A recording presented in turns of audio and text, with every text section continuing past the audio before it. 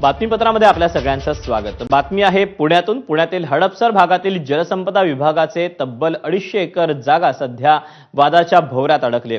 1955 सालापासून ही जागा सुभाष शेतकरी सहकारी संघाला कसण्यासाठी देण्यात आली, मात्र 2015 मध्ये करार संपूनही जागा अजूनही शेतकरी सहकारी संघाकडेच आहे।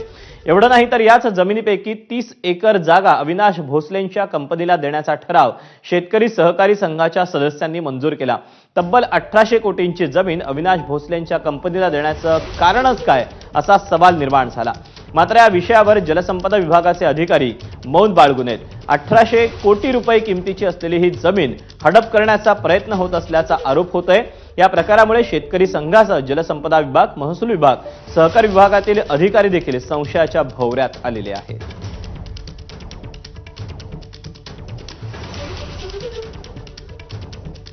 लेखा परीक्षणाचा जर अहवाल पाहिला भुजबळ साहेबांनी केलेला, त्याच्यामध्ये यांचे जे काही काळे कृत्य आणि जे काही बेकायदेशीर कृत्य जे केलेले आहेत ते सर्व त्याच्यामध्ये आलेले आहेत। परत शासकीय फेर अहवाल लेखा परीक्षणाचा जर पाहिला तर त्याच्यामध्ये सुद्धा यांच्यावरती बरेचसे आरोप आणि गैरव्यवहाराचे सर्व काही गोष्टी त्याच्यामध्ये नमूद केलेल्या आहेत। आणि त्यावरनं असं दिसून येतंय की ही जागा त्यांना या खाजगी संस्थेला ही गिळंकृत करायची आहे। माझा प्रश्न सरकारला आहे, माझा प्रश्न त्या महसूल खात्याला आहे की ज्यांचे जे कस्टडियन असतात त्या कलेक्टरला आहे, आणि या खडकवासला पाटबंधारे विभागाचे एक्झिक्युटिव्ह इंजिनियर असतील, चीफ इंजिनियर असतील। जर 2015ला जर करार संपलाय तर ती जागा तुम्ही तुमच्या ताब्यात का घेतलेली नाही? तुमची काय मजबुरी आहे? तुमचा आतापर्यंतचा हिशोब केला जवळ 30 ते 35 कोटीचं शासनाचं नुकसान झालेलं आहे, आणि याच्यावरनं हे इतके निर्ढावलेले आहेत। कारण की आम्ही पत्र व्यवहार केला, तिथं जे एक्झिक्युटिव्ह इंजिनियर त्यांना आम्ही विचारणा केली, आम्ही माहिती अधिकाराचे अर्ज मी दिले। हे अर्ज इकडून तिकडून फिरवतात आणि ते म्हणतात ह्या कराराविषयी करार वाढवून दिलाय का, प्रस्ताव आलाय का, आमच्याकडे माहिती उपलब्ध नाही। म्हणजे संगनमत करून यांना हे खायला द्यायचं, आणि त्याचमुळं ह्या शेतकरी संघाचं एवढी डेअरिंग वाढली की त्यांनी तो ठराव केला, जी जागा लीजनी आहे सरकारची ती बिल्डरला द्यायचा तुम्ही ठराव करताय। दरम्यान हे सगळं प्रकरण आहे तरी काय, जाणून घेऊया। जलसंपदा विभागाची 250 एकर जमीन सुभाष शेतकरी सहकारी संघाकडे आहे। 10 वर्षांपूर्वीच करार संपूनही जमीन अजूनही शेतकरी सहकारी संघाकडेच असल्याचं पाहायला मिळतंय। जमिनीपैकी 30 एकरचा भाग अविनाश भोसलेंच्या कंपनीला देण्याचा घाट हा घालण्यात आलाय। 4 मार्च 2022च्या सर्वसाधारण सभेत संघाच्या सदस्यांनी हा ठराव मंजूर केला।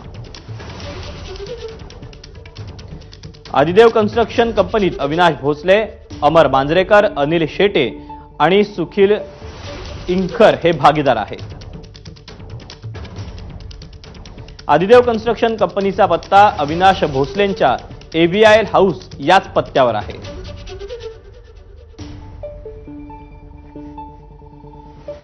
दरम्यान सुभाष सहकारी संघाच्या विद्यमान अध्यक्षांकडे एबीपी माझाने या संदर्भात विचारणा केली।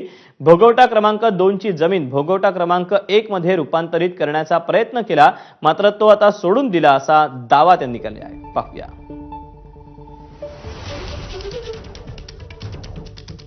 हा ठराव का करण्यात आला होता 2022 साली? शासनाचे काही धोरण होते की वर्ग 2च्या जमिनी वर्ग 1 करण्यात याव्या, त्या अनुषंगाने आम्ही ठराव केला होता। पण त्यानंतर त्यांच्याकडनं काही आम्हाला त्याचा प्रतिसाद न आल्यामुळं आम्ही 2023 साली मग ते थोडंसं त्या तथ्य न वाटल्यामुळं, आणि शेती हेच आमचं मुख्य धोरण आहे, त्यामुळे मी त्या अनुषंगाने मग तो ठराव रद्द केला।